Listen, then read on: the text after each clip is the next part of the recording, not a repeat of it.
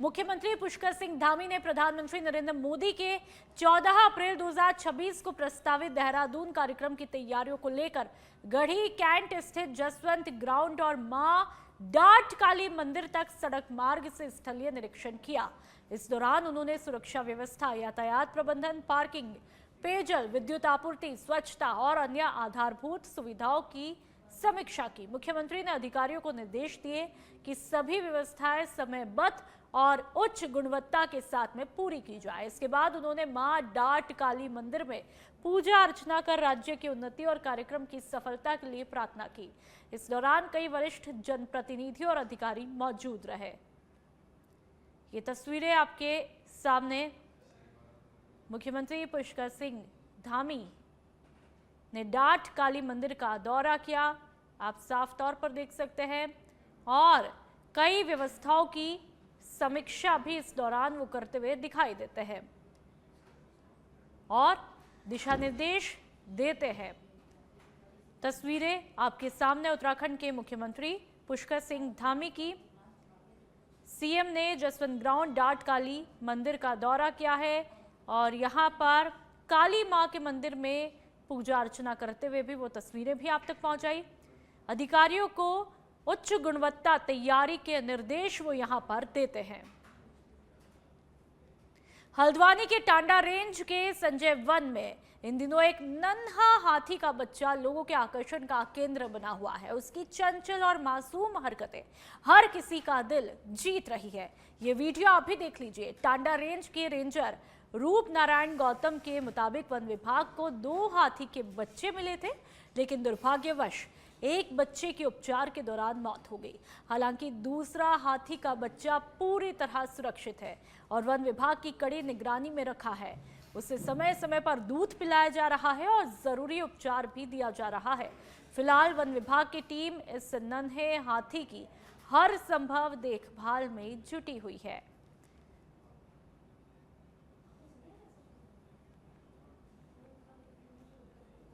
नैनीताल के हल्द्वानी में drug free Uttarakhand के संकल्प को साकार करने के उद्देश्य से आयोजित रन फॉर अवेयरनेस रैली का मुख्यमंत्री पुष्कर सिंह धामी ने फ्लैग ऑफ किया। इस कार्यक्रम में बड़ी संख्या में युवाओं, नारी शक्ति और समाज के विभिन्न वर्गों ने उत्साहपूर्वक भाग लिया, जिससे नशे के खिलाफ जन जागरूकता का मजबूत संदेश गया। और मुख्यमंत्री ने कहा कि यह दौड़ केवल एक कार्यक्रम नहीं, बल्कि आने वाली पीढ़ियों के सुरक्षित, स्वस्थ और उज्जवल भविष्य का संकल्प है। उन्होंने सभी से नशे से दूर रहने और समाज को इसके दुष्प्रभावों के प्रति जागरूक करने की अपील भी की। इस मौके पर कैबिनेट मंत्री राम सिंह कैरा, हल्द्वानी की मेयर गजुराज सिंह बिष्ट, बीजेपी जिला अध्यक्ष प्रताप सिंह बिष्ट सहित कई जनप्रतिनिधि, अधिकारी मौजूद रहे। तो नशे के खिलाफ जन आंदोलन का संदेश उत्तराखंड के मुख्यमंत्री यानी कि पुष्कर सिंह धामी देते हुए दिखाई देते हैं और फ्लैग ऑफ भी इस दौरान उन्होंने किया। ड्रग फ्री उत्तराखंड अभियान को यहां पर बड़ी तादाद में जन समर्थन भी मिलता है और बड़ी तादाद में युवाओं की, नारी शक्ति की यहां पर भागीदारी भी दिखाई देती है। इन तस्वीरों के जरिए आप भी देख सकते हैं। तो हल्द्वानी में रन फॉर अवेयरनेस रैली का आयोजन यहां पर किया गया। हल्द्वानी की ये तस्वीरें स्वाभाविक है, इसलिए ड्रग्स फ्री उत्तराखंड केवल सरकार का अभियान नहीं है। भाइयों बहनों, ये हम सबका सामूहिक दायित्व है। हम सबका संकल्प होना चाहिए कि हम नशे के विरुद्ध काम करेंगे, हर किसी को जागरूक करेंगे। साथियों, नशे के विरुद्ध ये लड़ाई केवल कानून बनाने से नहीं हो सकती है और न ही जीती जा सकती है। इसके लिए समाज की जागरूकता और युवाओं की भागीदारी सबसे महत्वपूर्ण है। मुझे प्रसन्नता है कि आज इतनी बड़ी संख्या में हमारे हल्द्वानी और आसपास के युवा इस अवेयरनेस रन में शामिल होकर ये संदेश दे रहे हैं कि हम सभी भविष्य को लेकर पूरी तरह से सजग हैं, सतर्क हैं और उत्तराखंड को नशा मुक्त बनाने के लिए प्रतिबद्ध हैं। हम सब संकल्पित हैं। भाइयों बहनों, आदरणीय प्रधानमंत्री श्री नरेंद्र मोदी जी ने 2020 में नशा मुक्त भारत अभियान की शुरुआत कर पूरे देश को इस सामाजिक बुराई के लिए एकजुट होने का आह्वान किया था। आदरणीय प्रधानमंत्री जी की प्रेरणा से हमारी सरकार भी ड्रग्स फ्री उत्तराखंड के संकल्प को साकार करने के लिए मिशन मोड पर काम कर रही है। एक और जहां आज हम युवा और समाज के बीच में नशे के दुष्प्रभावों के प्रति जागरूकता अभियान चलाए जा रहे हैं, वहीं दूसरी ओर नशा तस्करी से जुड़े हुए अपराधियों के खिलाफ लगातार सख्त कार्रवाई की जा रही है। वर्ष 2022 में गठित त्रिस्तरीय एंटी नारकोटिक्स टास्क फोर्स द्वारा अब तक हजारों आरोपियों की गिरफ्तारी और बड़ी मात्रा में मादक पदार्थों की बरामदगी की है। इसके अतिरिक्त एम्स ऋषिकेश की सहायता से राज्य में एडिक्शन ट्रीटमेंट फैसिलिटी एटीएफ का संचालन भी किया जा रहा है। हम अन्य सरकारी मेडिकल कॉलेजों में भी ऐसी अत्याधुनिक एटीएफ केंद्र स्थापित करने की दिशा में प्रयास कर रहे हैं। इसके अलावा हमने युवाओं को नशे से दूर रखने, उनकी ऊर्जा को सकारात्मक दिशा देने के लिए दगड़िया क्लब भी बनाए हैं, जो युवाओं को नशे से दूर करने के लिए प्रेरित करने का काम कर रहे हैं।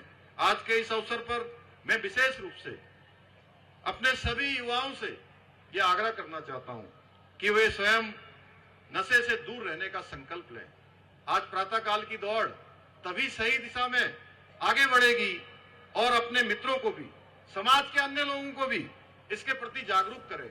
हम किसी ऊधम सिंह नगर जिले के गदरपुर क्षेत्र में प्रशासन ने तत्परता दिखाते हुए एक नाबालिग लड़की के विवाह को समय रहते रुकवा दिया। सूचना मिलने पर SDM Richa Singh police child helpline और बाल विकास विभाग की टीम के साथ में मौके पर पहुंची, जहां पर जांच के दौरान शिकायत सही पाई गई। इसके बाद तत्काल कार्रवाई करते हुए विवाह रुकवा दिया गया और नाबालिग को रेस्क्यू कर चाइल्ड हेल्पलाइन के सुपुर्द किया गया। बाद में बच्ची को रुद्रपुर स्थित बाल संप्रेषण गृह में बाल कल्याण समिति के समक्ष पेश किया गया, जहां पर उसकी काउंसलिंग की गई और मेडिकल परीक्षण भी करवाया गया। फिलहाल बच्ची को सुरक्षित देखभाल के लिए वन स्टॉप सेंटर भेजा है। एसडीएम ऋचा सिंह ने परिजनों को कड़ी चेतावनी देते हुए कहा कि बाल विवाह एक दंडनीय अपराध है और भविष्य में ऐसी कोशिश पर सख्त कानूनी कार्रवाई भी की जाएगी। प्रशासन ने लोगों से भी ऐसी किसी भी सूचना को तुरंत संबंधित विभाग तक पहुंचाने की अपील की है। एक शिकायत प्राप्त हुई थी कि किसी नाबालिग बच्ची का विवाह जो हो रहा है, जो जिलाधिकारी महोदय के निर्देश प्राप्त हुए और उसके क्रम में जो हमारी टीम है और उस टीम के साथ वहाँ पर जो बच्चों के लिए टीम बनाई गई है चाइल्ड लाइन की, सभी के साथ और बाल विकास की टीम के साथ जब मौके पर जाकर देखा गया तो वहाँ शादी की तैयारी, निकाह की तैयारी हो रही थी और थोड़ी देर में इनकी बारात आने वाली थी। बच्ची का आधार कार्ड देखा गया और जो बातचीत की गई उसमें उसकी एज जो है वो 15 साल होना पाया गया है। तो जैसा कि आप देख सकते हैं, वहाँ से टीम के द्वारा बच्ची को अपनी सुपुर्दगी में लेते हुए जो बालिका संप्रेषण गृह है, यहाँ पर अध्यक्षा मैडम के सामने उसको पेश किया गया है और आगे की जो भी विधिक कार्रवाई है वो यहाँ पर उनके द्वारा की जा रही है। और आपके चैनल के माध्यम से मैं लोगों से अपील भी करना चाहूँगी कि जो इस तरीके से जब जो शादी की जो तिथि निर्धारित की गई है या जो आयु निर्धारित करी गई है उसके मसूरी में आयोजित कांग्रेस कार्यकर्ता सम्मेलन में भारी जनसैलाब देखने को मिला, जहां पर सैकड़ों लोगों ने कांग्रेस की सदस्यता ग्रहण की। क्रिकेंग कार पार्किंग में हुए इस कार्यक्रम में प्रदेश प्रभारी कुमारी शैलजा, प्रदेश अध्यक्ष गणेश गोदियाल, नेता प्रतिपक्ष यशपाल आर्य सहित कई वरिष्ठ नेताओं ने सभा को संबोधित किया।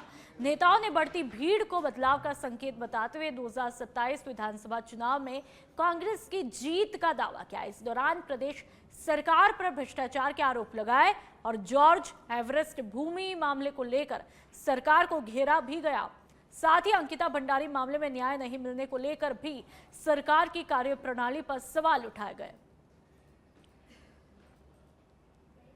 लोहा घाट में आयोजित दी मेडिसिटी रुद्रपुर के निःशुल्क चिकित्सा शिविर में रविवार को भारी भीड़ उमड़ी, जहां पर सैकड़ों लोगों ने स्वास्थ्य जांच और उपचार का लाभ उठाया।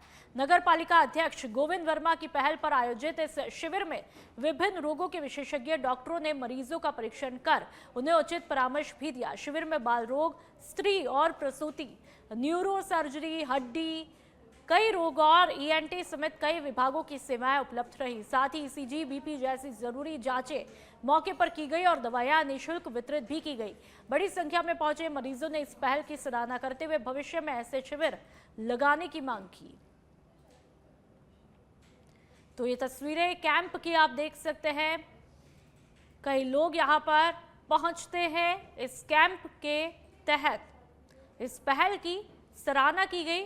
लोगों ने इस तरह के शिविर को वाकई में बहुत ज़रूरी बताया और लोगों का मानना रहा कि ये होने चाहिए।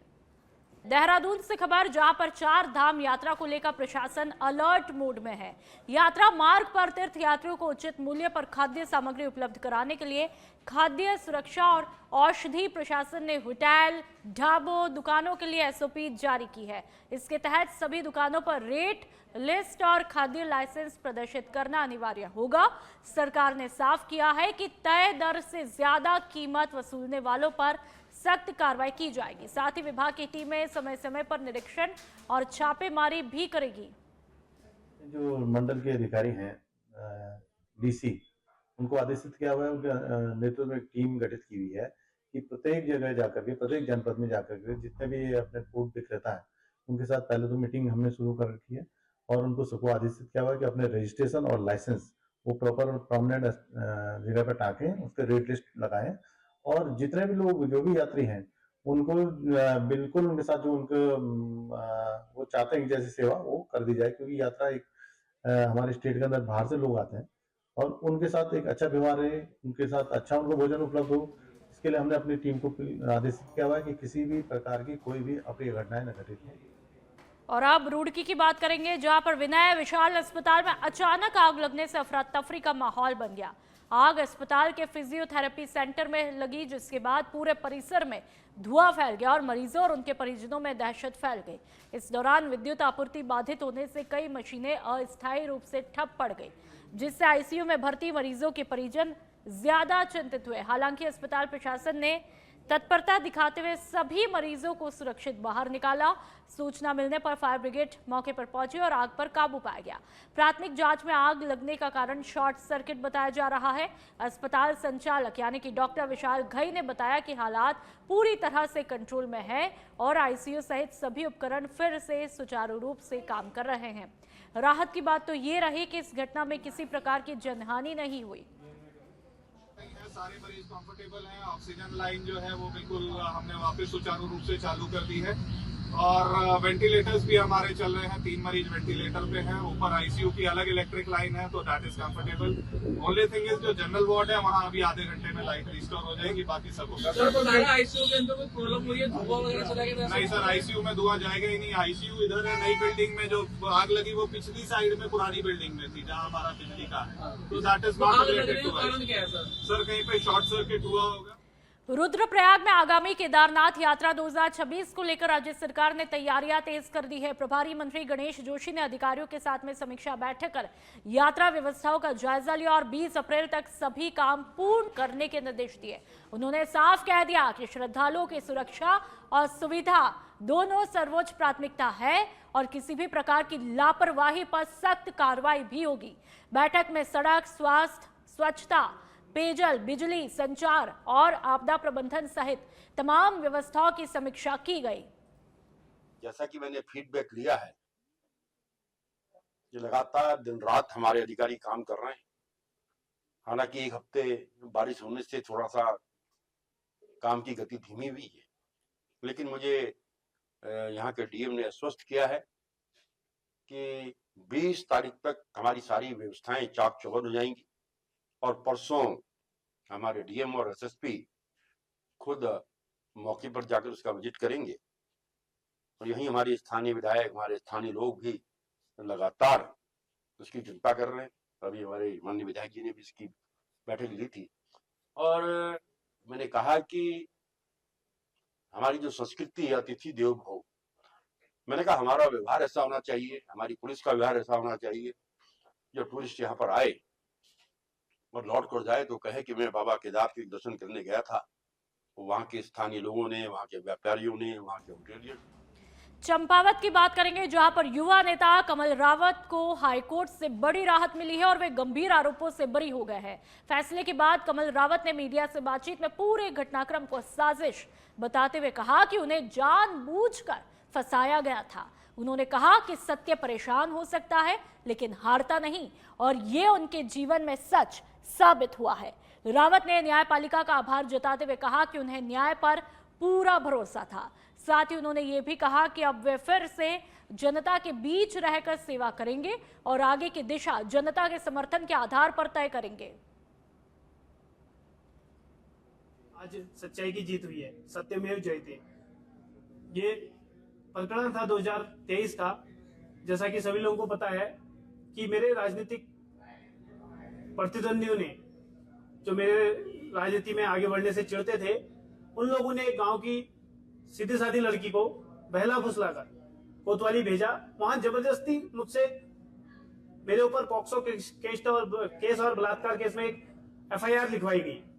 आप लोग देख सकते हैं कि जैसा मेरे ऊपर आरोप लगाया गया था, 28 दिसंबर को FIR करेगी और कहा गया कि 25 दिसंबर को कमल रावत लड़की को अपनी गाड़ी में ले जाता है और उसके साथ दुष्कर्म करता है।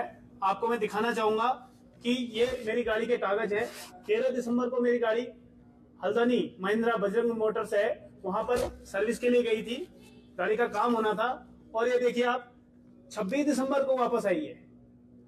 तो पहले तो ये केस यहीं पर खत्म हो जाना था कि 25 दिसंबर को मेरी गाड़ी यहाँ नहीं थी। और अब मैं अपना दिखाऊंगा कि 25 दिसंबर 2023 को मैं मंच में था। ये मैं मंच में था और मैं मंडल अध्यक्ष था, ताकि वहां उस समय तो अटल बिहारी वाजपेयी जी की जयंती मना रहे थे। विकास नगर स्थित शिवालिक कॉलेज ऑफ इंजीनियरिंग में आयोजित शिवा फेस्ट 2026 का 2 दिवसीय आयोजन उत्साह और रंगारंग कार्यक्रमों के साथ में संपन्न हुआ। दूसरे दिन छात्रों का जोश चरम पर दिखाई दिया, जहां पर गायन, नृत्य, नुक्कड़ नाटक और पोस्टर मेकिंग जैसी प्रतियोगिताओं में प्रतिभागियों ने शानदार प्रदर्शन किया। कार्यक्रम में मुख्य अतिथि के रूप में आनंद वर्धन और पूर्व विधायक अमृता रावत मौजूद रही। तो वहीं बॉलीवुड गायक अमित मिश्रा के लाइव कॉन्सर्ट में कार्यक्रम में 4 चांद लगा दिए। उनके गीतों पर छात्र देर शाम तक झूमते दिखाई दिए। कुल मिलाकर यह आयोजन छात्रों के लिए यादगार साबित हुआ। इस तरह के फेस्टिवल्स और इस तरह के इवेंट्स के माध्यम से लोग पार्टिसिपेशन, लीडरशिप डेवलपमेंट, कमराडरी, एक दूसरे को जानना, ये सब जो एक सोशल लाइफ के लिए जो स्किल सेट्स होते हैं उसको सीखते हैं और उससे अपनी पर्सनालिटी को डेवलप करते हैं, जो उनको आगे जाकर के उनके पर्सनल और प्रोफेशनल कैरियर में बहुत अहम रोल योगदान देता है और उनको एक समाज में अच्छे नागरिक बनने के लिए उसमें बहुत कंट्रीब्यूट करता है। तो इसी में आज ये हमारा देहरादून में पीएम किसान सम्मान निधि योजना के नाम पर ठगी का मामला देखने को मिला, जहां पर कुछ लोग किसानों से नाम जोड़ने के लिए पैसे वसूल रहे हैं, जबकि ये प्रक्रिया पूरी तरह निःशुल्क है। प्रशासन ने किसानों को सतर्क रहने और किसी भी प्रकार की ठगी होने पर तुरंत शिकायत करने की अपील की है। तो वहीं हरिद्वार और भगवानपुर क्षेत्र में किसानों की समस्याएं लगातार बढ़ती जा रही है। अवैध वसूली, नदी कटाव से जमीन को नुकसान, टूटी सिंचाई नालियां और बिजली विभाग की मनमानी जैसे कई मुद्दों से किसान परेशान है। इसके अलावा कुछ इलाकों में नशे का कारोबार और गंदगी की समस्या सामने आई।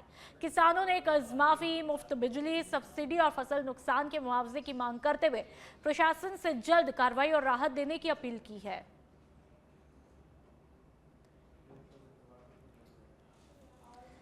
अगली खबर की बात करेंगे। देहरादून में ऑपरेशन प्रहार के तहत उत्तराखंड एसटीएफ को बड़ी सफलता हाथ लगी है। प्रेमनगर थाना क्षेत्र के झाझरा से विक्रांत कश्यप नाम के संदिग्ध को गिरफ्तार किया है, जिसके तार पाकिस्तानी आतंकी नेटवर्क से जुड़े बताए जा रहे हैं।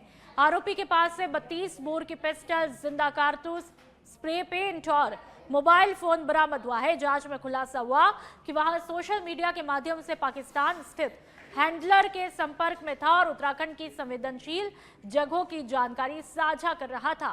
एसटीएफ का आशंका है कि आरोपी किसी बड़ी वारदात की तैयारी में था, जिसे समय रहते विफल कर दिया गया।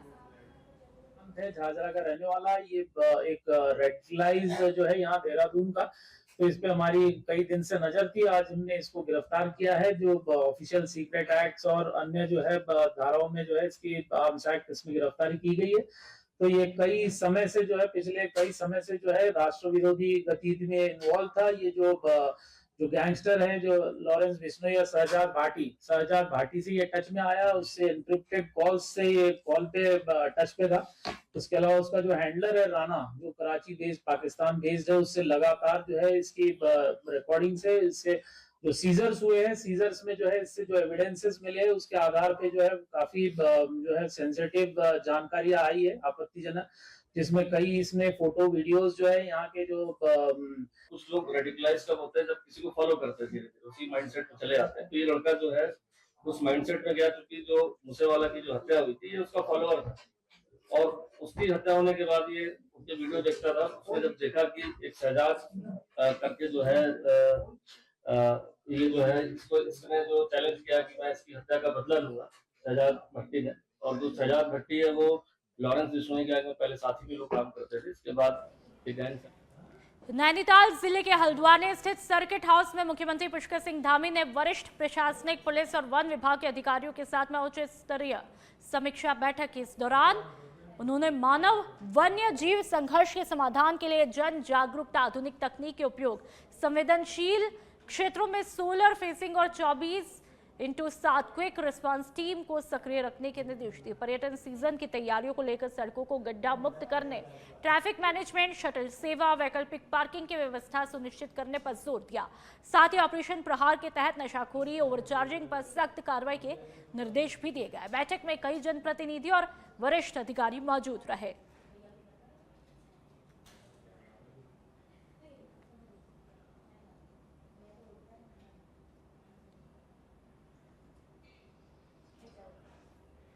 अगली खबर की बात करेंगे। चंपावत के लोहा घाट में अपनी 3 सूत्री मांगों को लेकर पिछले 1 सप्ताह से आंदोलनरत आंगनबाड़ी कार्यकर्ताओं का गुस्सा अब उग्र रूप लेता जा रहा है। उप जिलाधिकारी कार्यालय परिसर से हटाए जाने के बाद उन्हें जो धरना स्थल आवंटित किया गया वहां धूल, मिट्टी और बजरी से भरा होने के कारण कार्यकर्ताओं के लिए असुविधाजनक साबित हुआ। इससे नाराज होकर उन्होंने ऋषेश्वर महादेव मंदिर जाने वाले मार्ग पर बैनर लगाकर धरना प्रदर्शन किया।